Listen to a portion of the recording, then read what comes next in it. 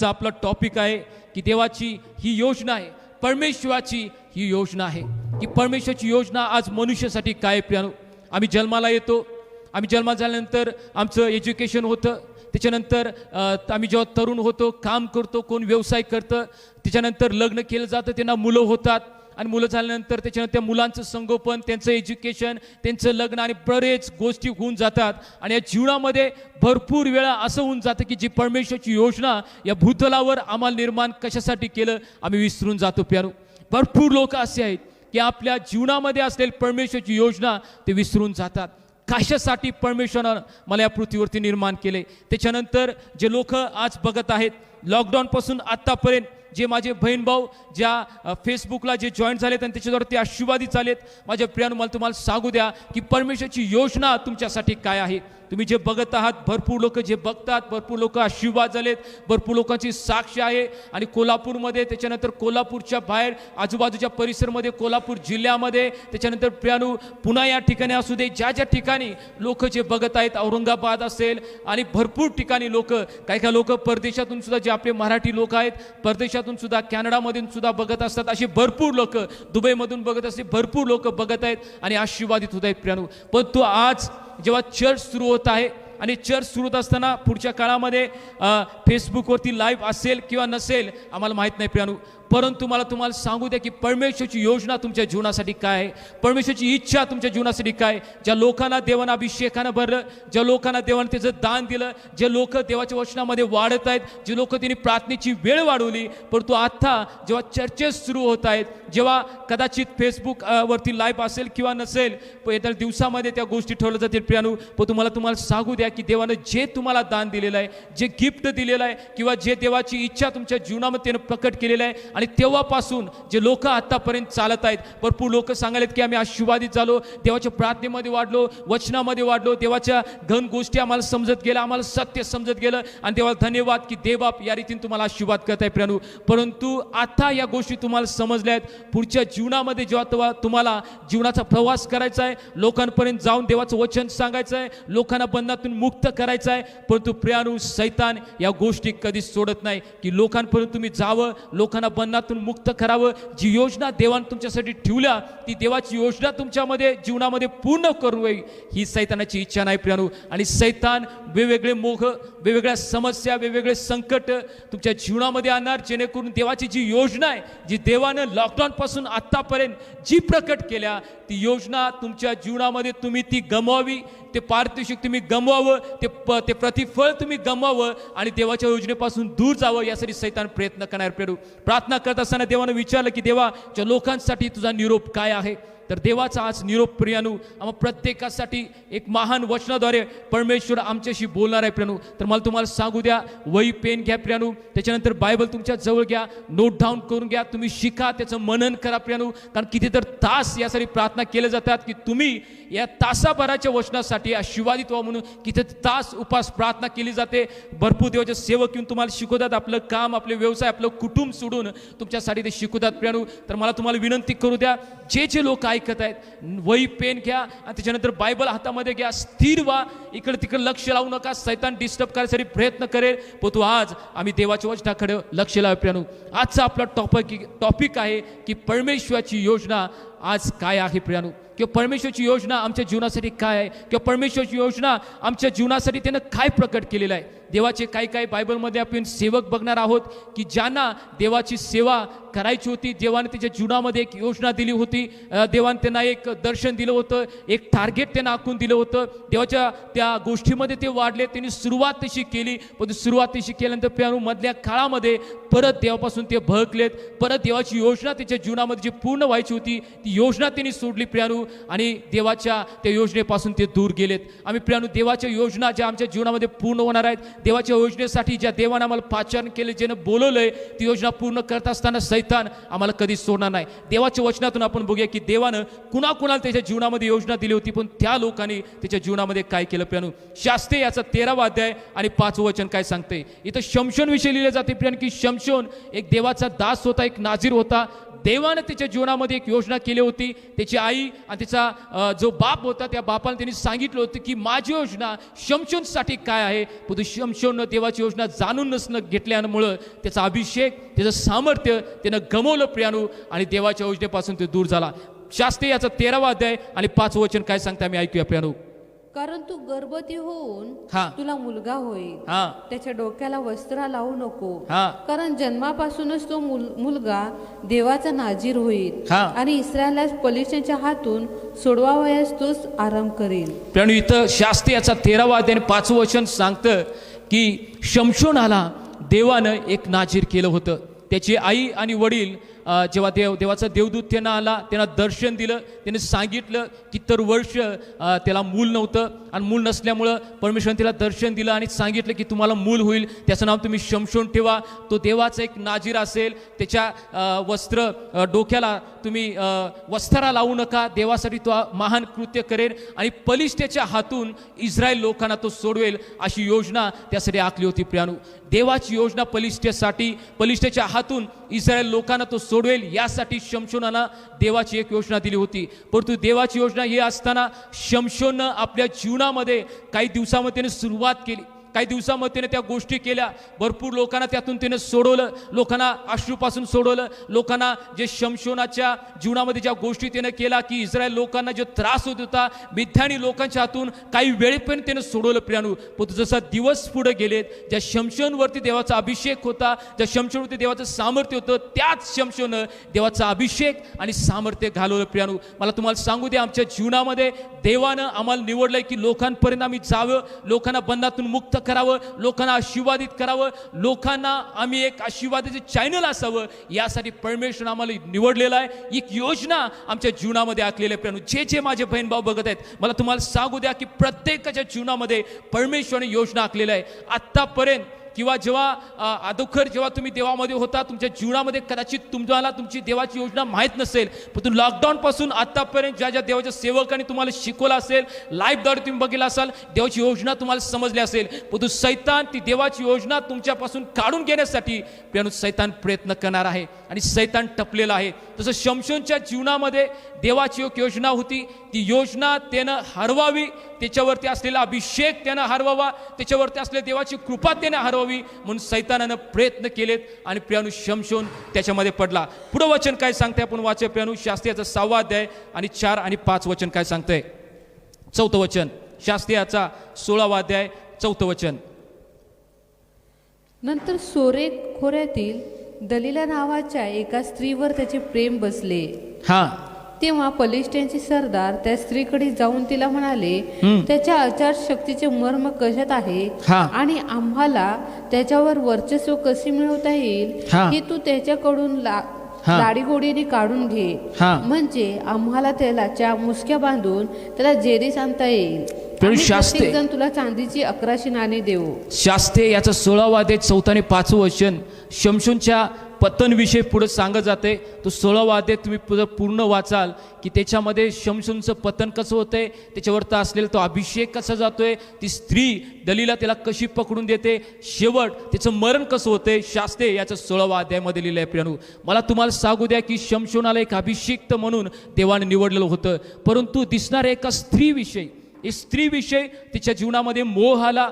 त्या मोहामुळे त्या स्त्रीच्या प्रेमात तो पडला, त्या स्त्रीच्या मोहामध्ये तो पडला आणि आपला अवस्था अभिषेक त्यानं प्रियानू त्या पुढच्या वर्षामध्ये तुम्ही वाचत जाल तर प्रियानू आपल्या अवस्था असलेला अभिषेक त्यानं गमवला. मला तुम्हाला सांगू द्या की जसं देवानं तुम्हाला अभिषेक केलेला आहे, देवानं जसं तुम्हाला सामर्थ्य दिलेलं आहे, देवानं त्याच्या अग्नीनं तुम्हाला भरलेला आहे, अधिकार दिलेला आहे. प्रियानू, जेव्हा तुम्ही बाहेर सेवा करण्यासाठी जाणार, जेव्हा तुम्ही लोकांसाठी प्रार्थना करायला जाणार, जेव्हा तुम्ही हाऊस ग्रुप घ्यायला जाणार, जेव्हा तुम्ही घरासाठी व्हिजिट करायला जाणार, इतर ठिकाणी जाऊन जेव्हा तुम्ही प्रार्थना करायला जाणार, लोकांना एक तुम्ही आशीर्वाद चॅनल म्हणून जाणार प्रियानू, तर सैतान तुम्हाला फसवण्यासाठी नेहमीच टपलेला आहे. प्रियानू, स्त्रीच्या मोहामध्ये पाडण्यासाठी किंवा जे स्त्री आहेत त्यांना पुरुषांच्या मोहामध्ये पाडण्यासाठी, जे तरुण आहेत त्यांना तरुणीच्या मोहामध्ये पाडण्यासाठी, जे तरुणी आहेत त्यांना तरुणाच्या मोहामध्ये पाडण्यासाठी सैतान आज टपलेला आहे. प्रियानू, सैतानाने योजना आखलेली आहे की तुम्हाला त्या देवाने केलेली जी कृपा, देवाने दिलेला जो अभिषेक, देवाने दिलेली जी योजना तुमच्यापासून काढून घ्यावी म्हणून सैतान टपलेला आहे. प्रियानू,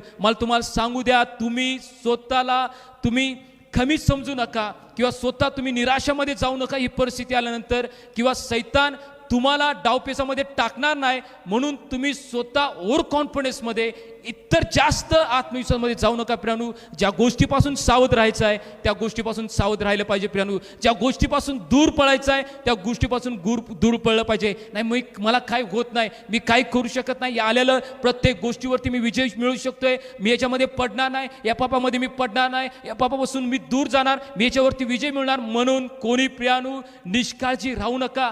कोणी प्रियानू स्वतःच्या बुद्धीवरती अवलंबून राहू नका. शमशोन स्वतःच्या बुद्धीवरती अवलंबून राहिला, शमशोन स्वतःच्या ज्ञानावरती अवलंबून राहिला. मला काय होणार नाही, मला कोण पकडू शकत नाही, ही जी स्त्री आहे मला काय करू शकत नाही, फक्त तिच्याबरोबर आपण उभं घेऊया, त्याच्याबरोबर फक्त नातेसंबंध ठेवूया. आणि प्रियानू शमशोन निष्काळजी राहिला आणि निष्काळजी राहिल्यामुळं त्यानं आपलं जीवन गमवलं प्रियानू. आपला अभिषेक त्यानं गमवला, आपल्यावरती असलेली कृपा त्यानं गमवली. मला तुम्हाला सांगू द्या, तुम्ही तुमच्या जीवनामध्ये सेवा करत असताना सैतान हा डावपेच आखणार की ज्या मोह तुमच्या समोर आहे, ज्या गोष्टी तुमच्या समोर आहेत त्यात तुम्हाला फाडावं.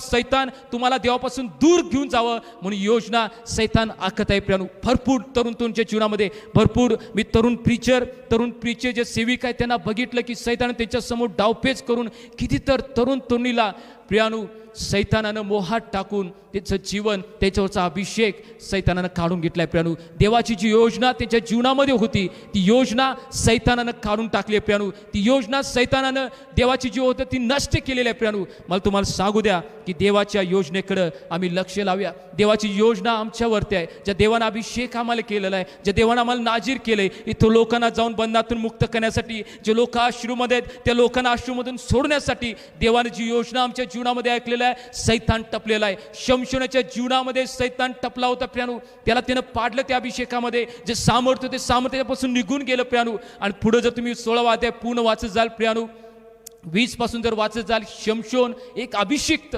शमशोनला बघून मिद्यान लोक घाबरत होती प्रियानू. शमशोन जेव्हा त्याचा अभिषेक गेला, जेव्हा सामर्थ्य गेलं, शमशोन तिथं एक मनोरंजन करणारा व्यक्ती तिथं झाला. मनोरंजन करणारा व्यक्ती त्याच्या जीवनामध्ये झाला आणि लोक त्याला बघून हसत होते. मिद्यानी लोक त्याची चेष्टा करत होते प्रियानू. एक अभिषिक्त, जी मिद्यान लोक त्यांना बघून घाबरायचे, जी मिद्यान लोक बघून त्याला पळून जायचे होते, तीच मिद्यान लोक त्याचं मनोरंजन करायला लागलीत, ती चेष्टा करायला लागलीत, त्याची निंदा करायला लागलीत प्रियानू. मला तुम्हाला सांगू द्या, जे काय आम्ही आहोत आमच्या ताकदीनं, आमच्या बळानं नाही, जो देवाचा अभिषेक आमच्यावरती आहे त्या अभिषेकमुळे आम्ही आहोत प्रियानू. आणि जो अभिषेक आम्हाला चालवतोय, अभिषेक आम्हाला शिकवतोय प्रियानू, तेव्हा आम्ही सैतानाच्या पुढे एक योद्धा असतोय. जेव्हा अभिषेक आमच्या समोरून जातोय, जेव्हा अभिषेक, देवाचं सामर्थ्य, देवाचं दान आमच्यामधून जातोय, इतर लोकांना आणि सैतानाला आम्ही एक मनोरंजनाचं एक खेळणं किंवा एक प्रियानू, जसं लहान लेकरं खेळण्याबरोबर खेळतात तसं आमचं जीवन होऊन जाईल प्रियानू. आणि सैतानानं शमशोनच्या जीवनामध्ये केलं. मला तुम्हाला सांगू द्या, प्रत्येक माझे बहीण भाऊ जे बघत आहेत त्यांना येशूच्या नावामध्ये प्रत्येकाला इशारा देऊ द्या की तुम्ही निष्काळजी राहू नका. ज्या गोष्टी देवाच्या अभिषेकापासून, ज्या गोष्टी देवाच्या सामर्थ्यापासून तुम्हाला दूर घेऊन जातात त्या गोष्टीपासून तुम्ही लांब राहावं प्रियानू. काही तरुण असतील, काही तरुणी असतील जे तुम्हाला अट्रॅक्शन करत असतील, जे तुम्हाला देवापासून जो अभिषेक आहे त्यापासून दूर करण्यासाठी प्रयत्न करत असतील, पण मला तुम्हाला सांगू द्या, सावध व्हा येशूच्या नावामध्ये. सावध व्हा, निष्काळजी राहू नका. मला काय होणार नाही, मी काय करू शकत नाही म्हणून जर असं विचार करत राहाल प्रियानू तर सैतान टपलेला आहे गिळण्यासाठी प्रियानू. एक राजा होता आणि राजाने एका मोठा किल्ला बांधला, एक मोठा बलशाली किल्ला तिनं बांधला. आणि बांधल्यानंतर ठिकठिकाणी त्यांनी प्रियानू तिथं शिपाई ठेवलेत की तिथं कोणी वरती चढून येऊ नये म्हणताना. त्याच्यानंतर एका ठिकाणी काही शिपाई लावले नव्हते आणि शिपाई लावले नसताना दुसऱ्या एकाने त्यांना विचारलं की महाराज इथं तुम्ही शिपाई का लावले नाहीत, शत्रू इथून वरती येऊ शकतोय. ते म्हणले नाही की बाबा, ज्यानं हा किल्ला बनवला आहे त्या किल्ला बनवणार त्यानं काय सांगितले की महाराज इथून कोणी वरती येऊ शकत नाही किंवा इथून खाली कोणी जाऊ शकत नाही. खालून फक्त वरती हवा येऊ शकते आणि वरून खाली फक्त दगड जाऊ शकतोय. एवढंच फक्त इथं होतंय, परंतु मनुष्य इथं येऊ शकत नाही. म्हणताना इथं आम्ही कोणी सैनिक लावलेले नाहीत. परंतु प्रियानो, काही दिवसानंतर तुम्हाला ती गोष्ट माहीत आहे, पाठ्यपुस्तकामध्ये सुद्धा ती गोष्ट होती. काही दिवसानंतर एक जी दूध विकणारी जी स्त्री असते तिथं ती येते आणि दूध विकायला सुरुवात करते. दूध विकत असताना जेव्हा सूर्य मावळतो आणि तिथं गडावरती एक आज्ञा दिलेली असते, सूर्य मावळल्यानंतर गडाचे दरवाजे कधीच उघडायचे नाहीत. कोणी येऊ दे, गडाचे दरवाजे उघडायचे नाहीत म्हणून तिथे एक स्ट्रिक्ट वॉर्निंग दिलेली असते. मग जेव्हा ती बहीण तिथं जाते आणि म्हणते, अहो मला जाऊ द्या, माझं तानं बाळ तिथं खाली आहे, मला तिला दूध पाजायचं आहे. त्या बहिणीच्या समोर त्या लेकराचा रडत्याला चेहरा समोर येत होता, आक्रोश करत्याला चेहरा त्या बहिणीच्या समोर येत होता. आणि जेव्हा ती म्हणते की मला जाऊ द्या, माझ्या मुलग्याला दूध पाजायचं आहे, घरी कोणी नाही, माझा मालक वेळाने येणार आहे, माझ्या त्या सासूजवळ मी माझ्या मुलग्याला ठेवून आलोय, मला जाऊ द्या. ती हातापाया पडायला लागली, ती विनंती करायला लागली. पण किल्लेदार जे होते किंवा शिपाई जे होते त्यांना जे महाराजांनी आज्ञा केली होती की बाई, त्यांना सांगितलं होतं की या किल्ल्याचे दरवाजे कुणासाठी सूर्य मावळल्यानंतर उघडायचं नाही. आणि प्रियाणू, तिने तसंच आज्ञा पालन केलं. मग ती स्त्रीचं जीव कासाकास होत होता, कारण ती आई आई शेवटी कासा वीस तिचा हृदय होत होतं. माझ्या मुलापर्यंत मला छायचं आहे, त्याला दूध मला पाजायचं आहे, तिचा अश्रू माझ्या बघवणं झाल्या, ती आता रडत असेल, तिची वेळ ही झाली, त्याला दूध पाजलं पाहिजे, मग तिचं हृदय कासावीस होत होतं प्रियाणू. आणि प्रियाणू नंतर ती शोधायला लागली की मला कुठून जायला पाहिजे. पण तू जिथं जिथं ती गेली, ज्या बुरुजावरती गेली, त्या बुरुजावरती प्रत्येक ठिकाणी शिपाई तिथं लक्ष देऊन होते, पहारा देऊन होते प्रियाणू. परंतु एक ठिकाणी ती बघितलं की त्या ठिकाणी कोणी तिथं शिपाई नव्हतं. जिथं सांगितलं होतं की खालून फक्त हवा येते आणि वरून फक्त दगड टाकला तरच जाईल, इथं कोणी येत नाही, तिथं कोण नव्हतं. आणि प्रियाणू, ती जी स्त्री, ती आई तिथून खाली उतरली आणि उतरल्यानंतर आपल्या लेकराला जाऊन तिनं दूध पाजलं प्रियाणू. आणि दूध पाजल्यानंतर ही गोष्ट त्या राजाला समजली. राजाला समजल्यानंतर त्या बाईला तिने बोलवलं आणि बोलवल्यानंतर तिचा तिने सत्कार केला, कारण एवढं तिथं ती एकदम डेंजर परिस्थिती होती, एवढी दरी होती की तिथं कुणाला खाली उतरता येत नव्हतं, वरती चढता येत नव्हतं. परंतु ती तिथनं खाली उतरली आणि आपल्या लेकराला जाऊन तिने दूध पाजली प्रियाणू. मला तुम्हाला सांगू द्या की त्या राजानं तिथं त्या दिवसापासून शिपाई ठेवलेत, पारिकरी ठेवलेत त्या बुरुजाची संरक्षण करण्यासाठी. मला तुम्हाला यातून हे सांगायचं आहे प्रियाणू, या जगातला एक राजा, या जगातला एक महाराज की त्याला सुद्धा या गोष्टी समजतात की अशा कुठल्या गोष्टीवरती आम्ही आत्मविश्वास किंवा आम्ही ओव्हर कॉन्फिडन्स होऊ नये की ज्याच्यामध्ये मी पडणार नाही. भरपूर जेव्हा ब्रदरांना किंवा सिस्टरांना भेटतोय किंवा तरुणांना भेटतोय आणि जेव्हा मी सांगतो की ब्रदर हे जे करायला आहे याच्यामध्ये तुम्ही जाऊ नका, या लोकांबरोबर तुम्ही रिलेशन ठेवू नका किंवा गोष्टी तुम्ही करू नका, तेव्हा तरुण म्हणतात नाही ब्रदर, आम्ही काय होणार नाही, आम्ही त्याच्या पापात पडणार नाही, आम्ही त्याच्यामध्ये अडकणार नाही. तर प्रियाणू, येत्या दिवसामध्ये अशा गोष्टी समोर आल्या की तो भाव आणि ती बहीण त्या पापामध्ये पडून आपल्यावरचा असलेला अभिषेक, आपल्यावरचं असलेलं सामर्थ्य ते गमवून बसलेले आहेत प्रियाणू. म्हणून मला तुम्हाला सांगू दे, जे माझे बहीण भाऊ बघत आहेत, देवाने जे तुम्हाला अभिषेक दिलेला आहे, जेव्हा जे तुम्हाला सामर्थ्य दिलेलं आहे, जे गिफ्ट देवाने तुम्हाला दिलेलं आहे, सैतान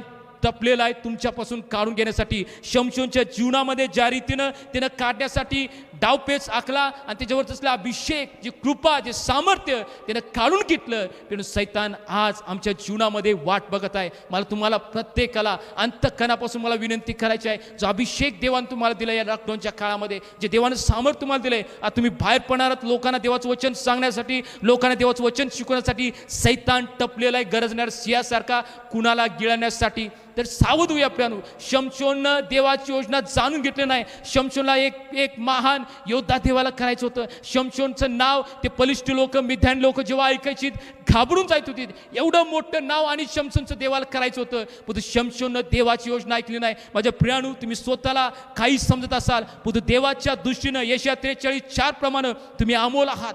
तुम्ही देवाच्या दृष्टीनं, देव तुमच्यावर प्रेम करतोय आणि देव तुम्हाला अमोल समजतोय आणि देव तुमच्या जीवनाद्वारे अद्भुत कृत्य करणार आहे. स्वतःसाठी जगण्यापेक्षा आम्ही ख्रिस्तासाठी जगूया प्रियाणू. जो देवानं अभिषेक आम्हाला दिलाय, आम्ही तो असाच हरू नये. देवाने जी कृपा दिले, जे सामर्थ्य दिले, जे गिफ्ट दिले, असंच हरू नये. म्हणून सावध व्हा. परत एकदा मी सांगतो, प्रत्येक जण जे माझे बहीण भाऊ बघत आहेत, सावध व्हा. सैतान गिरजणाऱ्या सिंहासारखा कुणाला गिळावे शोधण्यासाठी तो फिरत आहे. शमशोनच्या जीवनामध्ये देवाचा अभिषेक त्यानं घालवला. सैतान आज सुद्धा तो टपलेला आहे. प्रियाण, वचन वाचा आपण यहुदा याचा पहिला अध्याय आणि 23 वचन काय सांगते. यहुदा याचा पहिला अध्याय 23 वचन.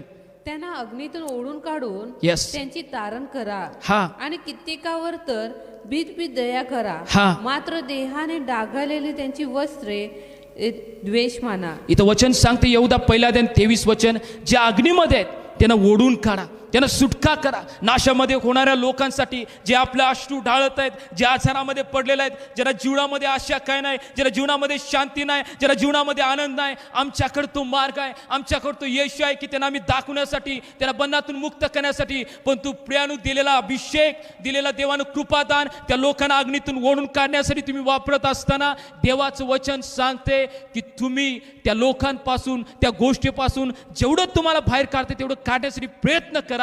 परंतु तुम्ही सुद्धा पडू नये म्हणून तुम्ही सावध राहा. त्याची जी वस्त आहे वचन सांगते त्याच्याविषयी तुम्ही सावध राहा, त्याच्यात विषयी तुम्ही सावध राहा. लोकांना, इतर लोकांना आम्ही बाहेर काढत असताना आम्ही त्या पापात पडू नये प्रियानो. आम्ही तेच पाप आमच्या जीवनामध्ये होऊ नये. ज्या लोकांना आम्ही सांगतो की तुम्ही टी व्ही बघू नका, आम्ही सुद्धा आमच्या जीवनामध्ये पिक्चर आणि सिरियल बघू नका म्हणून ज्या लोकांना शिकवतोय, आम्ही सुद्धा तेच बघणारे लोक झाले नसले पाहिजे प्रियानो. आम्ही सांगतो आमच्या डोळ्याच्या वासनेपासून तुम्ही दूर राहा. आमच्या जीवनामध्ये सैतान त्याच गोष्टी घेऊन येणार ज्या गोष्टी आम्ही इतरांना शिकवत असतोय. आम्ही शिकवत असतो की तुम्ही पिक्चर, तुम्ही सिरियल यापासून दूर राहा. आम्ही सांगतो की डोळ्याची वासना याच्यापासून दूर राहा. परंतु सैतान त्याच गोष्टी तुमच्या जीवनामध्ये घेऊन येणार प्रियानो. आणि त्याच घेऊन आल्या असताना तुम्ही कोणत्या गोष्टीची निवड करताय? तुम्ही सैतानाने ज्या गोष्टी तुमच्या जीवनामध्ये आल्या त्यासाठी तुमचं जीवन तुम्ही देताय का देवाची एक महान योजना जी देवाने तुमच्यासाठी ठेवल्या? मला तुम्हाला सांगू द्या, येत्या दिवसामध्ये तुमच्या जीवनामध्ये देवबाप उलथापालट करणार आहे. एक महान अभिषेकानं, महान देवाच्या कृपादानानं, महान त्याच्या सामर्थ्यानं तुम्हाला वापरून घेणार आहे. ज्या लोक तुमची निंदा केली असेल, ज्या लोकांनी तुम्हाला तुच्छ मानले असेल, त्या प्रत्येकाच्या समोर देवबाप तुम्हाला उंच करणार आहे, वापरून घेणार आहे प्रियानो, वापरून घेणार आहे. मला सांगू द्या, आज प्रत्येकाशी देवा बोलत आहे, तुम्हाला वापरून घेत आहे. व त्याच्याबरोबर एक इशारा तो देत आहे की देवाची योजना माझ्या मुली तू जाणून घे. स्वतःला एक सामान्य व्यक्ती समजू नकोस. तू सामान्य व्यक्ती नाहीस, असामान्य देवाचा तू असामान्य व्यक्ती आहेस की तुला देवाच्या साठी लोक जे अश्रूमध्ये आहेत, जे नाशामध्ये आहेत, त्यांना सोडायला जायचं आहे. पण तू जाताना नेहमी मनामध्ये एक गोष्ट असू दे, एक इशारा असू दे, एक सावधानतेने जावा. जिथं मी लोकांना सोडायला झालोय, ज्या लोकांना बंधनातून मुक्त व्हायला करायला चालूय, मीच तिथं बंधनात अडकू नये, मीच तिथं मोहात पडू नये, मीच त्या पापात पडू नये. म्हणून प्रत्येक जे बहीण भाऊ माझे बघत आहेत, येशूच्या नावामध्ये परमेश्वर आज इशारा देत आहे. आपलं जीवन ते तयार करा, सावध व्हा. मनामध्ये, हृदयामध्ये एक गोष्ट घेऊन तुम्ही जावा, मी लोकांना सोडवायला चालूय, मी लोकांना बंधनातून मुक्त करायला चालूय,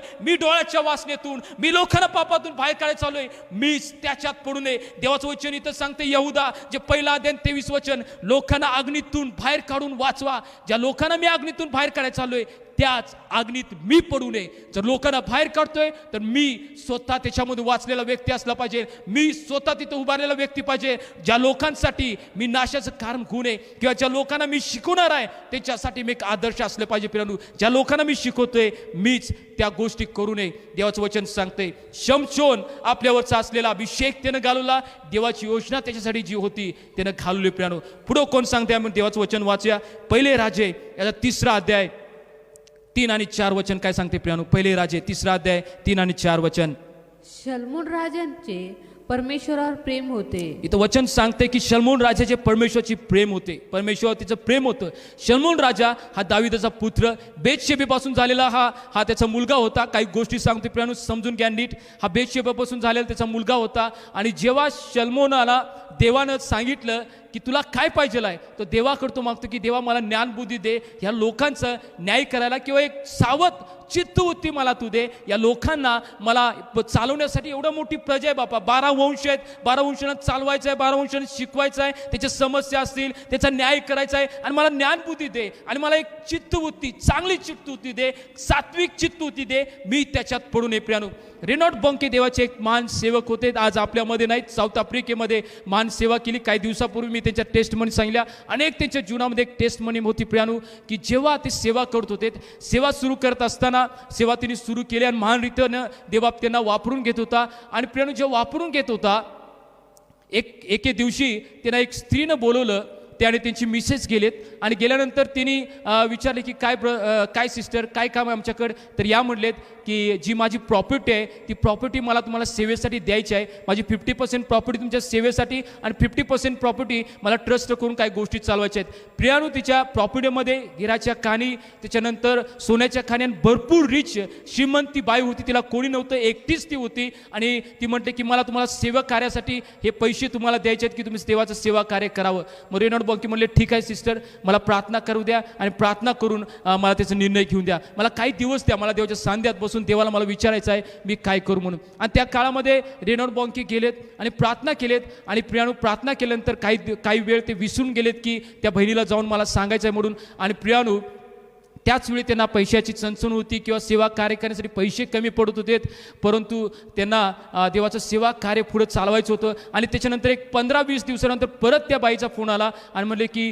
ब्रदर तुम्ही काय आला नाही, माझी जे प्रॉपर्टी आहे तुम्हाला सेवेसाठी मला दान करायचे, मला द्यायचं आहे. त्याच्यानंतर ते म्हणलेत की नाही मी 2 दिवसांत तुमच्याकडे येतो आणि मी तुम्हाला येऊन भेटेन. परत रेनॉल्ड बॉंके प्रार्थनेत बसलेत आणि प्रार्थनेत बसल्यानंतर त्यांना प्रियानो त्या रात्री एक स्वप्न पडलं आणि स्वप्न पडल्यास त्या स्वप्नामध्ये त्यांना एक मोठं तलाव दिसलं आणि त्या तलावामध्ये एक शापत बाहेर येत होतं आणि ते त्यांना गिळण्यासाठी प्रयत्न करत होतं. मग 2 दिवसानंतर ते आणि त्यांची जी मिसेस आहेत सिस्टर ॲना म्हणून ते दोघंजण गेल्यानंतर त्या बहिणीच्या समोर तिथं गार्डनमध्ये बसलेले होते. मोठा बंगला होता आणि गार्डनच्या समोर ते बसले होते, चहा पित होते आणि ती बहीण म्हणली की ब्रदर काय तुम्ही विचार केला, माझं हे जे प्रॉपर्टी आहे तुम्हाला सेवेसाठी मला द्यायचं आहे आणि तुम्ही त्याचं घ्यावं अशी माझी इच्छा आहे. ते म्हणले तर सिस्टर मला काही गोष्टी तुमच्यावर बोलायच्या आहेत आणि ते बोलतो आणि मला तुम्हाला सांगू द्या. मग ते म्हणलेत की चला आपण जरा फिरूया, माझं जी बंगला आहे तुम्हाला दाखवतो, तुम्ही माझा बंगला बघितला नाही. मग जाऊन ते आत न बघतात त्याच्यानंतर बाहेर जातात आणि जेव्हा बंगल्याच्या ते पलीकडे जातात रेनॉल्ड बॉंकेला बघितल्यानंतर त्याचा आश्चर्याचा धक्का बघतो. जे तळं तिथं होतं, जे स्वप्नात तिने बघितलं होतं तेच तळं प्रियानो तिथं होतं त्या तलावाच्या पाठीमागं, त्या बंगल्याच्या पाठीमागं. आणि जेव्हा त्यांना ते समजलं की देव बाप मला हे घेऊ नको म्हणून सांगा लागलाय, त्या बहिणीला तिने सांगितलं की बहिणी मला या गोष्टी देवानं सांगितलं की घेऊ नको. त्यांना त्या पैशाची गरज होती देवाची सेवा करण्यासाठी. त्या पैशाद्वारे भरपूर त्यांनी सेवा केली असती प्रियानो. परंतु रेनॉल्ड बॉंके तिथं म्हणतात या पैशामुळं जेव्हा मी नाकारलं देवावरती डिपेंड राहायला मी शिकलो. जे देवानं मला कृपादान दिले ते कृपादान मी कसं वापरायचं किंवा देवाची सेवा कशी पुढे न्यायची किंवा देवाचे आज्ञापालन कसं करायचं किंवा देवाची योजनेसाठी आम्हाला स्वतःला कसं द्यायचं या गोष्टी या जीवनातून मी शिकलो. आणि प्रेम मला तुम्हाला सांगू द्या त्याच्यानंतर रेनॉल्ड बॉंकेला देवानं महान रीतीनं आशीर्वाद केलं. त्याच्या कुठल्याही पैशाची चणचण त्यांना राहिली नाही. महान रीतीनं आफ्रिकेमध्ये देवानं त्यांना वापरून घेतलं, मोठं संजीवन आफ्रिकेमध्ये आणलं. प्रियानो रेनॉल्ड बॉंकेला वापरणारा देव तो तुमचा देव आणि माझा देव आहे. प्रियानो अशी असे संकट आमच्या समोर येणार आणि त्याच्यामध्ये आम्ही पडणार का त्याच्यामध्ये उभा राहणार एक देवाच्या सेवकासारखं आमचं जीवन बघूया. शमशोनच्या जीवनामध्ये शल्मोनला देवानं जी योजना दिली होती किंवा शल्मोनच्या जीवनामध्ये देवाची जी योजना आखली होती ती योजना ते पुढं काय नेतोय. पहिले राजा 3 अध्याय आणि 3 वचन आपण वाचलं की शल्मोनाचे देवावरती प्रेम होते. 4 वचन काय सांगतंय. राजा गिबोनेने यज्ञ करावयास केला ते सर्वात मोठे उच्च स्थान होते. त्यातल्या वेदीवर शल्मोनाने 1,000 होम बली अर्पिले.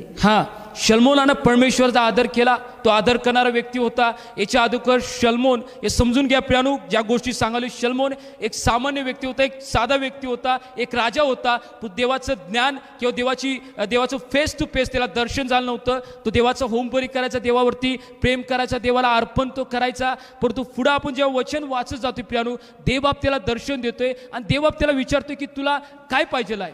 तर देवाला तो सांगतो की देवा मला ज्ञानबुद्धी दे, मला सात्विक ज्ञानबुद्धी दे. मी सात्विक ज्ञानबुद्धीनं राहून मला लोकांचा न्याय करायचा. 9 वचन आपण वाचा. 9 वचन काय सांगतंय वाचा. 9 वचन. आपल्या सेवकास तुझ्या लोकांचा न्याय करावयास सावधान चित्त. इथं शल्मोन म्हणतात की देवा मला जी लोक मला तू दिल्यास त्यांचा न्याय करण्यासाठी सावधान चित्त होती दे. प्रियानो एक गोष्टी समजून घ्या. शल्मोनच्या जीवनाविषयी समजून घ्या, लक्ष द्या, समजून घ्या काय देवाला सांगायचं आहे. शल्मोन देवाकडे इकडे मागतो की देवा मला एक चित्तवृत्ती, सावधान चित्तवृत्ती दे. वचन इथं सांगते सावधान चित्तवृत्ती दे, मला या लोकांचा न्याय करायचा आहे. पुढे वचन काय सांगतंय. म्हणजे मला बऱ्या वाईटाचा विवेक करता येईल एवढ्या मोठ्या प्रजेचा न्याय करावयास कोण समर्थ आहे. इथं वचन सांगते पुढं की तो देवाला म्हणतो की देवा मला बऱ्या वाईटाचा विवेक करता येईल, मला सावधान चित्तवृत्ती दे आणि मला बऱ्या वाईटाचा तो म्हणतोय विवेक करता येईल किंवा बरे वाईट मला समजून घेता येईल, चांगलं काय वाईट काय, न्याय काय अन्याय काय हे समजून घेता येईल, यासाठी देवा मला ज्ञान दे, मला बुद्धी दे. आणि पुढचं जेव्हा तुम्ही वचन वाचत जाताय प्रिय, 10व्या वचनामध्ये देव त्याच्यावर प्रसन्न होते. देव म्हणतो की बाबा तू पैसे मागितले नाहीस, तू शत्रूवरती विजय मागला नाहीस, तू दीर्घायुष्य मागले नाहीस, पण तू एक चांगली चित्तवृत्ती माझ्याकडे मागितलीस, सावधान चित्तवृत्ती माझ्याकडे मागितलीस, मी तुला ती देतो. आणि प्रिय देवानं तसं त्याला चित्तवृत्ती दिली. तो चांगला भयानक देवाचा सेवक झाला, चांगला न्याय तो करायला लागला. पण त्याच्या काही गोष्टी आम्ही समजून घ्या पुढं काय सांगते. पुढं वचन 14 वचन आम्ही काय सांगते वाचे प्रिय, 14 वचन. तू आपला बाप दावीद याचप्रमाणे माझ्या मार्गाने चालून माझे नियम व माझ्या आज्ञा पाळशील तर मी तुझ्या आयुष्याची वृद्धी करीन. पण इथं काय सांगते की देवबाप म्हटला की एक लक्षात ठेव, शलमोन तू माझ्याकडे चित्तवृत्ती चांगली मागितलीस, माझ्याकडे ज्ञानबुद्धी तू चांगली मागितलीस, मी तुला देणार आहे. फक्त एक लक्षात ठेव, एक कंडिशन आहे. तो कंडिशन तिथं प्रियानं 14 वर्षामध्ये सांगतोय की तुझा बाप दावीद जसा माझ्या नियमान चालत होता, माझ्या आज्ञेप्रमाणे चालत होता, तुला सुद्धा माझ्या नियमानं आणि आज्ञेप्रमाणे चालायचं आहे. या गोष्टी तू लक्षात ठेव. देवाची योजना शलमोनसाठी ही होती, माझ्या आज्ञेप्रमाणे चाल, यासाठी मी तुला एक सावधान चित्त होती, यासाठी मी तुला धन देत आहे, यासाठी भरपूर गोष्टी तुला ज्या पाहिजेत मी देत आहे. पण तू लक्षात ठेव, माझ्या नियमानं आणि माझ्या आज्ञानं तुला चालायचं आहे. जेव्हा देवाकडे आम्ही मागतोय प्रियानो की देवा मला तुझा अभिषेक पाहिजे, देवा मला तुझं सामर्थ्य पाहिजे, देवा मला तुझं कृपादान पाहिजे, देवबाप आम्हाला कृपादान देतोय. एक गोष्ट सांगतो लक्षात ठेवा, तारण देवबाप आमच्यासाठी देतोय. जे दान आहे, जे गिफ्ट आहे, इतर लोकांना देवाकडे आणण्यासाठी, उन्नतीसाठी, यासाठी देव तो देतोय. आमचं वावा व्हावी, आमचं नाव व्हावं यासाठी नाही प्रियानो. लोक जे अग्नीमध्ये आहेत, लोक जे अश्रूमध्ये आहेत, त्यांना बाहेर काढावं यासाठी देवबाप मला दान देतोय, यासाठी देवबाप मला गिफ्ट देतोय. या गोष्टी लक्षात ठेवा प्रियानो. वचन सांगते देवानं म्हणलं मी तुला चित्तवृत्ती देतो शलमोनला, परंतु तू माझ्या वचनाप्रमाणे चालायचंच हे लक्षात ठेव. देवाची योजना ही प्रकट केली. जर माझ्या योजनेप्रमाणे चालशील, माझ्या इच्छेप्रमाणे चालशील, तुझे आयुष्य तुझं आयुष्य मी दीर्घायुष्य करीन, तुझं संतती मी या 12 वंशावरती नेहमी निरंतर बसवीन, त्याच्यावरती कोण कुटणार नाही. देवानं शलमोनला सांगितल्या गोष्टी समजून घ्या प्रियानो. देवानं शलमोनला सांगितलं की तुझे आयुष्य मी वृद्धी करीन, तुला मी आशीर्वादित करीन, तुझं नाव मी उंच करीन, परंतु माझ्या आज्ञेप्रमाणे चाल. देवानं ती योजना त्याला दिली. जसं देवानं आमच्यासाठी एक योजना आखलेला आहे, शलमोनसाठी योजना आखली होती. शलमोननं काय केलं प्रियानो, आपण वाचूया. पहिले राजे याचा 10वा अध्याय आणि 14 आणि 15 वचन काय सांगतंय. प्रतिवर्षी शलमोनाकडे सोने 666 किक्कार भरे. याखेरीज आणखी सौदागर, देवघेर करणारे व्यापारी, निरनिराळ्या लोकांचे राजे व देशाचे सुभेदार यांच्याकडून सोने येई ते निराळेच. प्रियानो, जर आपण याच्यामध्ये जेव्हा आपण वाचलं 3ऱ्या अध्यायामध्ये की त्यानं सावधान चित्तवृत्ती देवाकडे मागितली, लोकांचा न्याय करण्यासाठी. देवानं त्याला ज्ञानानं भरलं, त्याला बुद्धीनं भरलं, सावधान चित्तवृत्ती दिली. पण दिलेलं देवाचं दान शलमोन इतर गोष्टीसाठी वापरायला लागला. वचन इथं सांगते त्याचं विचार, त्याची ज्ञानबुद्धी, त्याचं लक्ष धनसंपत्ती मिळवण्याकडे, व्यवसाय करण्याकडे, त्याची प्रॉपर्टी वाढवण्याकडे किंवा त्याच्या ज्या गोष्टी आहेत त्या गोष्टी वाढवण्याकडे त्यानं लक्ष लावलं. प्रियानो, देवान दिलेल्या दानाचा त्यानं गैरवापर केला. देवाने एक योजना ऐकली होती की शलमोन माझ्या नियमाप्रमाणे चाल, माझ्या नियमाप्रमाणे चालशील, तुला दीर्घायुष्य देईन, मी तुला चांगली चित्तवृत्ती दिल्या. देवाकडे चांगली चित्तवृत्ती मागून तर घेतली, पण दिलेली चांगली चित्तवृत्ती, दिलेलं देवानं ज्ञान, देवाने दिलेलं बुद्धी, शलमोन आपला व्यवसाय वाढवण्यासाठी, आपल्या गोष्टी करण्यासाठी करायला लागला. प्रियानो, पुढं वचन जेव्हा मी वाचत जाणार आहे, वचन काय सांगते 28 वचन आपण वाचूया. शलमोनाचे घोडे मिसर देशातून येत. राजाचे व्यापारी घोड्यांच्या एका तांड्याची किंमत ठरवून त्यांचे तांडे घेत. वचन इथं सांगते धनसंपत्ती वाढवायला लागला, व्यापार करायला लागला. लक्ष देवाच्या गोष्टीकडे नसता. या गोष्टी मी तुम्हाला क्लिअर करणार आहे. एक राजा असतोय तर देवानं त्यासाठी एक नियम किंवा एक योजना आखलेली असत्या, त्याच्याकडे लक्ष न देता तो काय करायला लागला, देवान दिलेली चित्तवृत्ती, देवान दिलेलं ज्ञान बुद्धी स्वतःच्या गोष्टी वाढवण्यासाठी किंवा चुकीच्या गोष्टी करण्यासाठी तो वापरायला लागतोय. प्रियानो, वचन सांगते की तो व्यवसाय करायला लागतोय, वाढवायला लागतोय, भरपूर गोष्टी करायला लागतोय, माझी प्रॉपर्टी कशी वाढेल, माझं कसं होईल, याच्या सगळ्या गोष्टीकडे तो लक्ष द्यायला लागतोय. प्रियानो, आणि जर आपण 3रं वचन वाचलं, पहिले राजे याचा 11वा अध्याय आणि 3रं वचन पहिल्यापासून आपण वाचा. पहिल्यापासून शलमोन राजा फारोच्या कन्येशिवाय आणखी मोवाबी, अमोनी, अदोमी, सिदोनी व हित्ती राष्ट्रातल्या विदेशी स्त्रियांच्या नादी लागला हा व त्यातल्या स्त्रियांवर त्याचे प्रेम जडले. प्रियानु, जो आम्ही सुरुवातीला वाचलं पहिले राजा 3 अध्याय 3 वचन की परमेश्वरावरती शल्मोनचं प्रेम होतं. वचन काय सांगतंय? शल्मोनाचं परमेश्वरवरती प्रेम होतं. इथं जर 11वा अध्याय मी जेव्हा वाचायला सुरुवात करतोय, पहिलंच वचन जेव्हा सांगते की त्यानं मोवाबी, अमोमी, आदोमी स्त्रिया केल्या, विदेशी स्त्रिया केल्या, खाली वचन सांगते त्या स्त्रियावरती त्याचं प्रेम जडलं, प्रेम करू लागला. असं नाही सांगायचं की प्रेम आपल्या स्त्रियावरती प्रेम करू नका. मग देवाने इथं इस्रायल लोकांना एक नियम लावून दिला होता की ज्या दुसऱ्या स्त्रिया आहेत त्याच्याबरोबर तुम्ही लग्न करू नका किंवा त्याच्याबरोबर तुम्ही संबंध ठेवू नका. त्या अभिषेक केलेला, दान दिलेल्या व्यक्तीनं, जो पहिलं वचन आम्ही वाचलं होतं, देवावर प्रेम असलेली व्यक्ती, इथं वचन सांगते पहिले राजा 11व्या अध्यायामध्ये त्यातल्या स्त्रियांवरती त्याचं अधिक प्रेम जडलं. देवापेक्षा अधिक प्रेम स्त्रियावरती तो करायला लागला. ज्या स्त्रिया त्याने केल्या होत्या त्याच्यावरती. पुढं काय सांगते 2रं वचन? ह्या राष्ट्राविषयी परमेश्वराने इस्रायल लोकांना सांगितले होते की हा तुम्ही त्यांच्याशी व्यवहार करू नये हा व त्याने तुमच्याशी व्यवहार करू नये, हा कारण ती खात्रीने तुमची मने आपल्या देवाकडे वळवतील. देवानं 2ऱ्या अध्यायामध्ये त्यांना परत 2रं वचन सांगते, एक नियम घालून देतात, तुम्ही त्यांच्यावर व्यवहार करू नका. जे तुम्हाला चुकीच्या गोष्टीत घेऊन जातील, तुम्हाला पाडतील, त्याच्यावर तुम्ही संबंध ठेवू नका. देवानं त्यांना एक नियम लावून दिला होता, परंतु प्रियानु त्यानं त्या गोष्टी विसरल्या. पुढं काय सांगते 3रं वचन?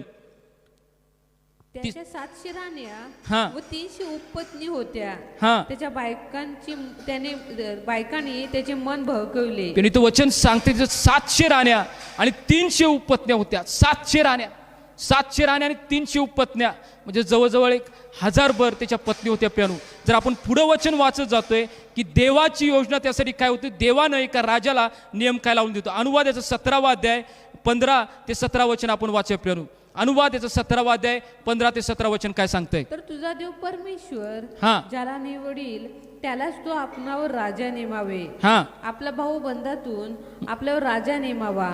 तुझ्या भाऊबंदापैकी नाही असे कोणत्याही परदेशीयाला आपल्यावर नेमू नये. मात्र त्याने फार घोडे बाळगू नयेत. घोडदळ वाढवण्यासाठी लोकांना मिसर देशाकडे पुन्हा धाव घेण्यास लावू नये, कारण त्या मार्गाने जाऊ नये असे परमेश्वराने तुम्हाला सांगितले. 16 वचन इथं सांगते प्रिय, देवाने नियम लावून दिला होता. अनुवाद मध्ये मोशेला एक नियम लावून दिला होता, एक योजना देवाने ऐकली होती. 16 वचन सांगते की त्यानं जास्त घोडे बाळगू नये किंवा घोड्याच्या व्यवहाराकडे लक्ष देऊन आपला घोड्याचा व्यवहार वाढवण्यासाठी, घोडदौड वाढवण्यासाठी लक्ष लावणे किंवा मिस्राकडे लोक पाठवू नये. देवाने एक नियम त्यावेळी लावून दिला होता. प्रियानो, पुढे काय सांगते 17 वचन? राजाने पुष्कळ बायका करू नयेत, नाहीतर त्यांचे मन बहकून जावयाचे.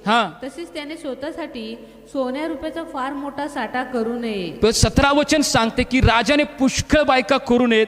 पुढे वचन सांगते की सोन्या रुपयाचा फार मोठा साठा करू नये. देवाने जी योजना लावून दिली होती, देवाची जी योजना शल्मोनसाठी होती, त्याच्या अपोजिट, त्याच्या चुकीच्या रीतीने शल्मोन चालायला सुरुवात केला. एक चांगली चित्तूती देवाने दिली होती, चांगलं ज्ञानबुद्धी दिलं होतं, गिफ्ट देवाने त्याला चांगलं दिलं होतं, परंतु देवामध्ये सुरुवात केली, पण शेवट तो प्रियानु देहामध्ये करायला लागला. गलती 3 अध्याय 3 वचन सांगते की तुम्ही आत्म्यानं प्रारंभ केल्यात, तुम्ही देह वासनेत पूर्ण करतात. भरपूर ख्रिस्ती लोकांना मी असं बघितलं की जेव्हा ते देवामध्ये सुरुवात करतात, 1 महिना देवामध्ये चांगली प्रार्थना करतात, 2 महिने देवाची चांगली प्रार्थना करतात, पण देवाने दिलेला जो आशीर्वाद आहे, देवाने दिलेला जे आमच्या कृपा आहे, त्या आशीर्वादाचे लोक पाठीमागे पळायला लागतात. त्यांची पर्सनल प्रेस सुद्धा कमी होते, देवामध्ये चालणं सुद्धा कमी होते, आणि जे आशीर्वाद दिले त्या आशीर्वादामध्ये लोक गुडून जातात, लोक त्याच्यामध्ये गुंतून जातात. प्रियानु, मला तुम्हाला सांगू द्या, देवाने जे काय दिलंय ते देवाच्या गौरवासाठी दिलंय, देवाचं नाव उंच करण्यासाठी दिलंय. पण आम्हाला दिलं देवाचं दान, देवाने दिले आमच्यावरती कृपा, आम्ही आज त्याचा वापर काय करायला पाहिजे. भरपूर ख्रिस्ती लोक एका रॉकेट प्रमाणे असतात, जे आम्ही लावतोय ते रॉकेट जेव्हा आम्ही लावतोय एकदम स्पीडमध्ये वरती जाते, भरपूर स्पीडमध्ये वरती जाते, पण जेव्हा त्याच्यामध्ये ती दारू संपते, ताकद संपते, त्याच्यापेक्षा जास्त स्पीडनं ते खाली येतात. प्रियानु, भरपूर ख्रिस्ती लोकांच्या जीवनामध्ये या गोष्टी आहेत. देवामध्ये भरपूर वाढतात, भरपूर चांगली सुरुवात करतात, भरपूर प्रार्थना करतात, भरपूर उपवास करतात, देवाचं काम चांगलं करतात, चांगली चित्तूती देवाने त्यांना दिलेली असते, परंतु या सगळ्या गोष्टी करत असताना जसं काही दिवस जातात, काही दिवस गेल्यानंतर ज्या स्पीडनं देवामध्ये वाढलेले असतात त्या स्पीडनं ते खाली पडतात. प्रियानो, मला तुम्हाला सांगू द्या, देवाची योजना तुम्ही समजून घ्या. ज्या देवाने तुम्हाला अभिषेक केलेला आहे, ज्या देवाने तुम्हाला कृपादान दिलेलं आहे, ज्या देवाने तुम्हाला आशीर्वाद दिलेला आहे, त्या आशीर्वादामध्ये गुंतून जाऊ नका. देवाने जे दान दिले ते दान देवाच्या गौरवासाठी, देवाचं नाव उंचवण्यासाठी, त्यासाठी वापरलं असू दे. आमची उन्नती फक्त आमच्या कुठल्या गोष्टीसाठी नको. प्रियानो, वचन सांगतंय योहानाच्या 3 अध्यायामध्ये 30 वचन, योहान स्वतः साक्षी देतात, बाप्तिस्मा करणारी योहान, की देवा माझी रास होऊ दे, मी घटला जाऊ दे आणि माझ्याद्वारे तू उंचला जाऊ दे. माझी रास होऊ दे आणि बाबा माझ्याद्वारे तू उंचला जाऊ दे. आमच्या जीवनामध्ये दिलेलं, प्रत्येकाला सांगतो, दिलेलं दान देवाचं गिफ्ट देवाच्या गौरवासाठी आहे. सैतान आमच्या जीवनामध्ये देवाने आखलेली योजना काढण्यासाठी प्रयत्न करतोय. परंतु प्रियानो, आम्ही आज कुणाकडे लक्ष लावले? आम्ही काय करतोय? आम्ही सुरुवात तर देवामध्ये केली, परंतु सैतानाची जी जो प्लॅन आमच्या विरुद्ध करायला आहे, सावध राहा प्रियानो, सावध राहा. मला पुन्हा एक बार सांगू दे, सावध राहा. देवाने दिलेलं चित्तवृत्ती, चांगलं दान, चांगलं जे गिफ्ट आहे देवाच्या गौरवासाठी वापरा. त्याचं नाव उंचवावे म्हणून, आमच्या कुठल्या गोष्टीसाठी नको, आमची वावा व्हावी यासाठी नको, आमचं कोणी नाव उंचवलं यासाठी नाही. सर्व आदर, सर्व गौरव जे काय आमच्याद्वारे होईल ते फक्त परमेश्वराला असलं पाहिजे. ही गोष्टी आमच्या जीवनामध्ये तुम्ही ठेवा. आपल्या गोष्टी या जीवनामध्ये तुम्ही नोट डाऊन करा. प्रियानो, देवाचं वचन पुढं काय सांगते प्रियानो, आम्ही वाचूया. पहिले योहान याचा 2 अध्याय 15 आणि 17 वचन काय सांगतंय? जगावर व जगातल्या गोष्टीवर प्रीती करू नका. जर कोणी जगावर प्रीती करीत असेल तर त्याच्या ठाई पित्याची प्रीती नाही. आणि जग व त्याची वासना ही नाहीशी होत आहेत, पण देवाची इच्छेप्रमाणे करणारा सर्व काळ राहतो. आणि तो वचन सांगते, जग आणि जगातली गोष्टी याच्यावरती प्रेम करू नका. जग आणि जगातल्या गोष्टी नाश होत आहेत. जग आणि जगातल्या गोष्टी लयासात जात आहे. तुम्ही बघत आहे लॉकडाऊनच्या काळामध्ये, कोरोनाच्या महामारीमध्ये भरपूर गोष्टी तुम्ही तुमच्या डोळ्यांनी स्वतः बघल्या प्रियानो. आणि वचन सांगते, देवाच्या इच्छेप्रमाणे करणारा सर्वकाळ राहतो. देवाच्या इच्छेप्रमाणे करणारा, स्वतःच्या इच्छेप्रमाणे नाही, कुठल्या मनुष्याच्या इच्छेप्रमाणे नाही. वचन सांगते, शल्मोनाचं मन आम्ही वाचल्याप्रमाणे प्रियानो 11व्या अध्यायामध्ये, की पहिले राजे 11व्या अध्यायामध्ये आम्ही वाचलं वचनाप्रमाणे, की शल्मोनाचं मन त्याच्या स्त्रियांनी ज्या दुसऱ्या होत्या त्याने त्याचं मन भोगलं. तुमचं देवामध्ये सुरुवात केली असताना, देवान तुम्हाला दिलेलं ज्ञान, देवान दिलेलं गिफ्ट जेव्हा तुम्ही ऑपरेट करत असताना, वापरत असताना, कुणी तुम्हाला त्या देवाच्या गोष्टीपासून दूर घेऊन जाऊ नये म्हणतात. प्रेरणू, सावध असा. वचन सांगते कुठल्या मनुष्याच्या इच्छेप्रमाणे नाही, वचन सांगते स्वतःच्या इच्छेप्रमाणे नाही. वचन इथं सांगते की जो कोण देवाच्या इच्छेप्रमाणे करतो तो सर्व काळ जगेल. आमची इच्छा नाही, आमच्या इच्छा नाही, कुठल्या मनुष्याच्या इच्छेप्रमाणे नाही, कुणाच्या इच्छेप्रमाणे नाही. वचन सांगते देवाच्या इच्छेप्रमाणे करणारा सर्व काळ जगेल. आज आमच्या जीवनामध्ये जर आम्हाला देवासाठी सर्व काळ जगायचं आहे, देवाच्यासाठी आम्ही वापरलेलं पात्र, आनंदासाठी आम्ही जर वापरलेलं एक पात्र, उपयोगामध्ये आलेलं एक पात्र म्हणून जर आमचं जीवन आम्हाला जगायचं आहे, मला तुम्हाला सांगू द्या, देवाच्या इच्छेप्रमाणे जगायला सुरुवात करा. आम्हाला दिलेलं दान, गिफ्ट, परत सांगतो, आमच्या नाव उंचवण्यासाठी, आमचं गौरव होण्यासाठी नाही, देवाच्या गौरवासाठी प्रियानो. कारण सैतान टपलेला आहे प्रियानो, सैतान त्यातच पडला. स्वतः वावा घेण्यासाठी, स्वतःचं नाव उंच करण्यासाठी, मी श्रेष्ठ आहे, मी देवापेक्षा मोठा आहे म्हणून प्रियानो त्यानं मनात ठरवलं, खाली टाकला, खाली पाडला. गर्व आज लोकांच्या जीवनामध्ये घर करून राहते प्रियानो. आम्हाला दिलेलं दान, आमच्यासाठी देवाने आखलेली योजना महान आहे प्रियानो, महान आहे. त्याची कल्पना आम्ही करू शकत नाही, परंतु सैतान आज भरपूर लोकांना त्याच्यामध्ये पाडालाय. आम्हाला दिलेलं दान देवाच्या गौरवासाठी असू दे, आम्हाला दिलेली चित्तवृत्ती देवाच्या गौरवासाठी असू दे, आमच्याकडे जे काय ते देवाच्या गौरवासाठी वापरा प्रियानो. आशीर्वाद झाल्याशिवाय तुम्ही राहणार नाही. सर्व काळ परमेश्वर तुम्हाला आशीर्वाद केल्याशिवाय राहणार नाही प्रियानो. देवाने दिलेलं दान देवासाठी वापरा. तिसरा व्यक्तीविषयी आपण वाचे प्रियानो, मत्तई याचा 16वा अध्याय 18 आणि 19 वचन काय सांगतंय? मत्तई याचा 16वा अध्याय. आणखी मी तुला सांगतो, तू पेत्र आहेस, आणि या खडकावर मी आपली मंडी रचीन, व तिच्या पुढे अधोलोकाच्या द्वाराचे काहीच चालणार नाही.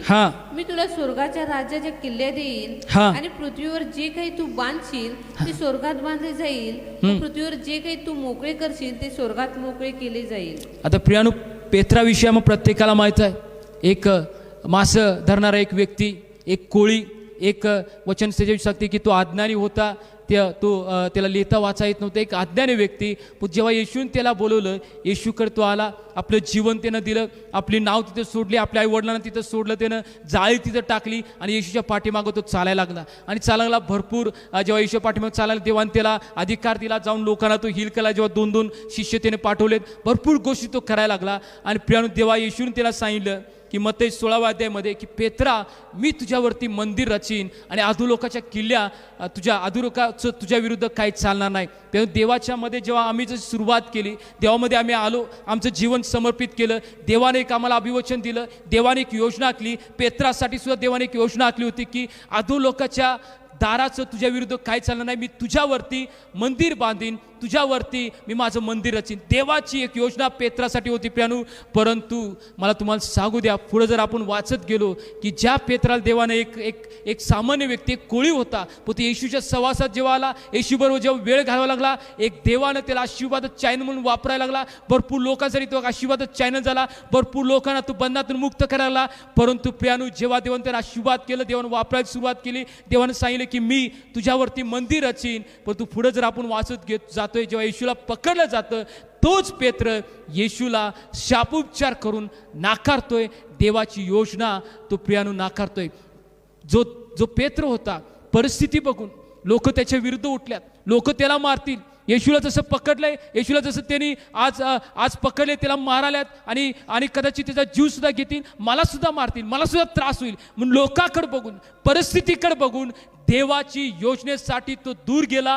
देवाची योजना त्याच्या जीवनामध्ये जी होती त्यावेळी त्याने नाकारली. प्रियानो, वचन आपण पुढे वाचूया. मत्ती याचा 26वां अध्याय 73 आणि 74 वचन काय सांगतंय. नंतर काही वेळाने हा. तेथे उभे राहणारे जवळ येऊन पेत्राला म्हणाले, हा. खरोखर तूही त्यातला आहेस, हा. कारण तुझ्या बोलीवरून तू कोण आहेस हे दिसून येते. हा. तेव्हा तो शापोच्चार करून व शब्दाहून म्हणू लागला, हा. मी त्या मनुष्याला ओळखत नाही. हा. इतक्यात कोंबडा आरवला. पण इथं वचन सांगते, मत्ती 26 अध्याय 73 आणि 74.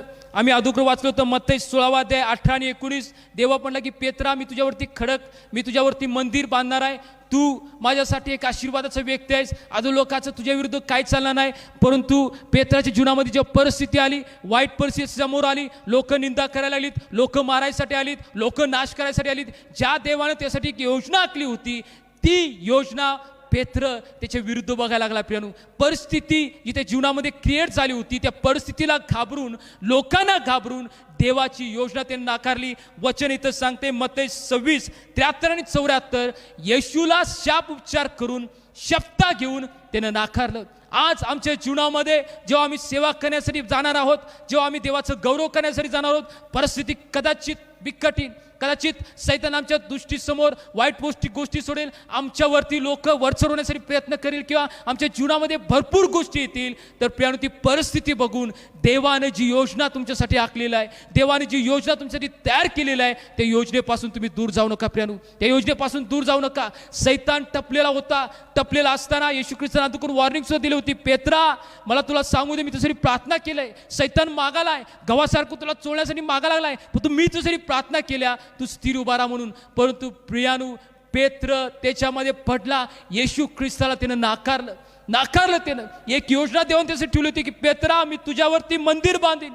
पेत्रा, अधोलोकास तुझ्या विरुद्ध काही चालणार नाही. माझ्या प्रियानो, देवानं तुमच्यासाठी एक योजना आखलेली आहे की देव म्हणता मी तुमच्यासाठी भरपूर गोष्टी करीन, अधोलोकाचं काही चालणार नाही. लोकांना एक आशीर्वादाची व्यक्ती तुम्ही उचला, लोकांना बंधनातून मुक्त करण्यासाठी, लोकांना आशीर्वादाचं चॅनल उचला. पण तुम्ही माझ्या प्रियानो, मला तुम्हाला सांगू द्या, परिस्थिती तुमच्या समोर किती बिकट होऊ दे, परिस्थिती तुमच्या समोर किती वाईट होऊ दे, काही तुमच्या समोर उभा राहू दे, काही तुमच्या समोर गोष्टी उभा राहू द्यात, पण तुम्हाला सांगू द्या, पेत्रानं जसं नाकारलं, शाप उपचार करून, परिस्थिती बघून तुम्ही घाबरू नका. परिस्थिती बघून तुम्ही ज्या देवाने तुम्हाला बोलवलंय, ज्या देवाने तुम्हाला पाचारण केलंय, ज्या देवाची योजना तुमच्यासाठी आखलेली आहे, ती योजनेसाठी परावृत्त होऊ नका. ती योजना तुम्ही प्रियानो टाकून जाऊ नका. त्या योजनेसाठी तुम्ही मुखू नका. जे देवाची योजना तुमच्यासाठी आहे, मला तुम्हाला प्रत्येकाला सांगू द्या, मला हृदयापासून तुम्हाला सांगू द्या की जी योजना देवाने तुमच्यासाठी आखलेली आहे प्रियानो, त्या योजनेकडे लक्ष द्यावा. देव आज म्हणत आहे, माझ्या मुला, मी तुला एक आशीर्वाद चॅनल उभा करीन, माझ्या मुली, एक आशीर्वाद चॅनल मी तुला उभा करीन. पण सैतान टपलेला आहे तुला या जगामध्ये पाडण्यासाठी, तुझ्या समोर परिस्थिती उभा करून, तुझी वाईट परिस्थिती उभा करून, तुझ्या कुठल्याही गोष्टी समोर उभा करून तुला पाडण्यासाठी सैतान टपलेला आहे. देव आपण ते प्रियानो उभा राहावा. आज देव प्रत्येकाशी बोलताय. या गोष्टी सेवा करत असताना, या गोष्टी ख्रिस्ती जीवन जगत असताना आमच्या समोर येणार. देव आम्हाला वापरून घेणार असेल, पण तू आज देवाच्या योजना आम्ही समजून घेतोय, देवाची इच्छा आम्ही समजून घेतोय का? प्रियानू, जसं पेत्रानं परिस्थिती बघून, लोकांना बघून पेत्रानं नाकारलं, आज आमच्या जीवनामध्ये आम्ही नाकारणार होणार व्यक्ती आहे का प्रियानू? शलमोन, देवाने त्याच्या जीवनामध्ये एक योजना केली होती की लोकांना सोडवणारा एक व्यक्ती, परंतु स्त्रीच्या मोहामध्ये, डोळ्याच्या वासनेमध्ये पडून आपल्यावरचा असलेला अभिषेक त्यानं घालवला. शलमोन राजा, देवानं त्याला निवडलं होतं लोकांचा न्याय करण्यासाठी, एक चांगला राजा म्हणून, परंतु प्रियानू स्वतःच्या गोष्टीकडे त्यानं लक्ष दिलं, स्वतःच्या गोष्टी वाढवण्यासाठी त्यानं लक्ष दिलं, आणि प्रियानू स्वतःवरचा असलेल्या देवाची योजना त्याने घालून ठेवली.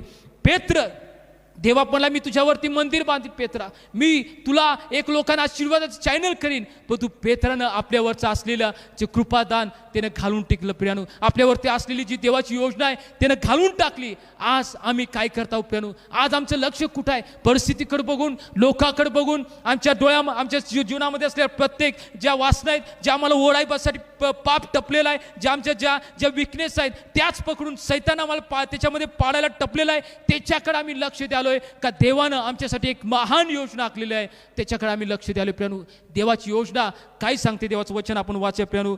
योहान याचा 14वा अध्याय 3 आणि 4 वचन काय सांगते? योहान व याचा 14वा अध्याय 3 आणि 4 वचन. Thank you father. आणि मी जाऊन तुम्हासाठी जागा तयार केली. येशू ख्रिस्त योहान याचा 14वा अध्याय आणि 2ऱ्या वचनामध्ये म्हणतायत, ते प्रत्येकाला सांगत आहेत, माझ्या लेकरांनो, माझ्या मुलांनो, मी तुमच्यासाठी जाऊन जागा तयार करताय. मी तुमच्यासाठी जाऊन त्या पित्याकडं, त्या स्वर्गामध्ये मी तुमच्यासाठी जाऊन जागा तयार करताय. येशू ख्रिस्ताची योजना आज तो देव तुमच्यासाठी प्रकट करताय. देवा म्हणताय, मी जाऊन तुमच्यासाठी जागा तयार करत आहे. पुढे वचन काय सांगताय? आणि मी जाऊन तुमच्यासाठी जागा तयार केली म्हणजे हा, पुन्हा येऊन तुम्हाला आपल्या जवळ घेईल. परत प्रभू येशू ख्रिस्त म्हणतात, मुला, माझ्या लेकरा, मी चाललेलो आहे, मी जाणार आहे, आणि मी जेव्हा जाणार आहे आणि माझ्या मुला मी जाणार, मी तुझ्यासाठी जागा तयार करणार, पुन्हा मी पुन्हा येईन. त्या डोंगरावरती जेव्हा येशू ख्रिस्ताचं पुनरुत्थान झालं, त्या डोंगरावरती ते गेलेले होते, आणि जेव्हा येशू ख्रिस्ताचं वर स्वर्गारोहण होत होतं, शिष्यवरती बघत होते की येशू ख्रिस्त स्वर्गात जात आहेत, येशू ख्रिस्त मेघाच्या आड होत आहेत. शिष्य बघत होते, तेव्हा देवदूत तिथं आलेत. ते म्हणलेत, आले गालिखरानू, काय बघालाय? जो येशू ख्रिस्त स्वर्गात असाच गिटला झालाय, तो परत येणार आहे. तो एक गाईच्या गोट्यात पहिला जन्म घेतला, पण तो आज पुन्हा जेव्हा तो येणार, एक राजा होऊन, एक डोक्यावरती मुकुट त्याचा असेल, तो न्याय करण्यासाठी पुन्हा येणार आहे. देवाचं वचन सांगते, मी पुन्हा येईन आणि प्रत्येकाला माझ्याकडे देण्यासाठी प्रतिफळ आहे, मी प्रत्येकाला प्रतिफळ देईन. येशूची योजना, देवाची योजना, योहान 14वा अध्याय आणि 2रं वचन सांगते की मी चाललोय, मी जागा तयार करतोय, आणि जेव्हा जागा तयार करीन मी पुन्हा येईन. माझ्या प्रियानू, आम्ही देवासाठी प्रार्थना करतोय, आम्ही दशांश देतोय, आम्ही अर्पण देतोय, आम्ही सेवा करतोय. कशासाठी? एकच गोष्टी प्रेम लक्षात ठेवा की आम्हाला स्वर्गात जायचं आहे, आम्हाला स्वर्गात जायचं आहे. ज्या गोष्टी आमच्या जीवनामध्ये करतोय, ज्या आज्ञापाला आम्ही करतोय, याच्यासाठी की आम्ही स्वर्गात जायचं आहे. आणि देवाची योजना, येशूची योजना हीच आहे की देवा म्हटलं योहान 14 2ऱ्या अध्यायामध्ये, मी जातो आणि माझ्या मुली मी जरी जागा तयार करतो, आणि जेव्हा जागा तयार होईल मी पुन्हा येईन. पुढे वचन काय सांगते? 3रं वचन. आणि मी जाऊन तुम्हासाठी जागा तयार केली म्हणजे पुन्हा येऊन तुम्हाला आपल्या जवळ घेईल, यासाठी की जेथे मी आहे तिथे तुम्ही असावे. पण इथं वचन सांगते, येशू ख्रिस्त म्हणतात, माझ्या मुलांनो, मी पुन्हा येईन आणि मी जिथं असावं तिथं तुम्ही माझ्या बरोबर सदा सर्व काळ असावं. योहानाच्या पत्रामध्ये आपण वाचलं की जो कोण देवाच्या इच्छेप्रमाणे राहतोय तो सदा सर्व काळ राहील. वचन इथं सांगते 3ऱ्या वचनामध्ये येशू ख्रिस्त आज म्हणतात, मुला, थोडा वेळ राहिलेला आहे, मी येणार आहे. मी जसा त्या ढगामध्ये गेलो, पुन्हा एक वार मी येणार आहे. मी जागा तयार करायला लागलोय. तो प्रत्येकासाठी जे तुम्ही अश्रूमध्ये आहेत, जे माझ्यासाठी तुम्ही काम करतात, या जगामध्ये तुम्हाला क्लेश वालाय, या जगामध्ये तुम्हाला त्रास वालाय, तरी माझं वचन घेऊन, तरी माझं सेवा तुम्ही करतात. माझ्या मुली निराश होऊ नको. प्रकटीकरण 21:4 मध्ये देवाचं वचन सांगतं, यशाया 25:8 मध्ये देवाचं वचन सांगतं, मी तुमच्या मुखावरील अश्रू पुसून टाकीन आणि मी पुन्हा येईन. मी येणार आहे, मी येणार आहे आणि तुम्हाला घेऊन जाण्यासाठी, यासाठी की सदा सर्व काळ तुम्ही माझ्याबरोबर असावं, सदा सर्व काळ तुम्ही माझ्याबरोबर असावं. ही त्या स्वर्गातील पित्याची योजना आहे माझ्या प्रियानो. आज ज्या देवानं आमच्या जीवनासाठी एक योजना ठेवलेली आहे, जसं एक शमशोनसाठी देवाची योजना होती, शल्मोनसाठी देवाची योजना होती, पेत्रासाठी देवाची योजना होती, परंतु डोळ्याच्या वासनेमुळं, परंतु स्वतःची इच्छा पूर्ण करण्यासाठी, परंतु परिस्थितीकडे बघून ज्यांनी देवाची योजना नाकारली, ज्यांनी देवाच्या योजनेला तुच्छ मानलं, त्या लोकांपैकी तुम्ही आहात का? देव म्हणतोय माझ्या बरोबर सर्व काळ तुम्ही राहणार, त्या लोकांपैकी तुम्ही आहात.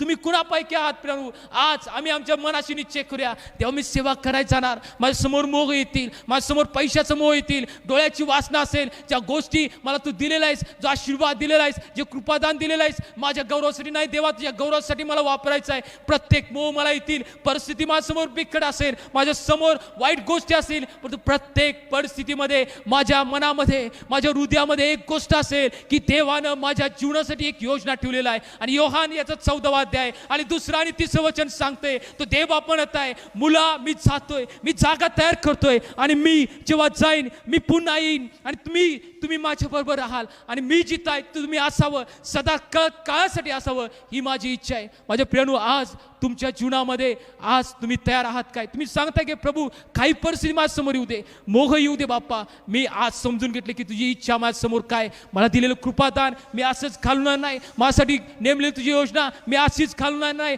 प्रभू, त्यासाठी मी सदैव सावध राहीन.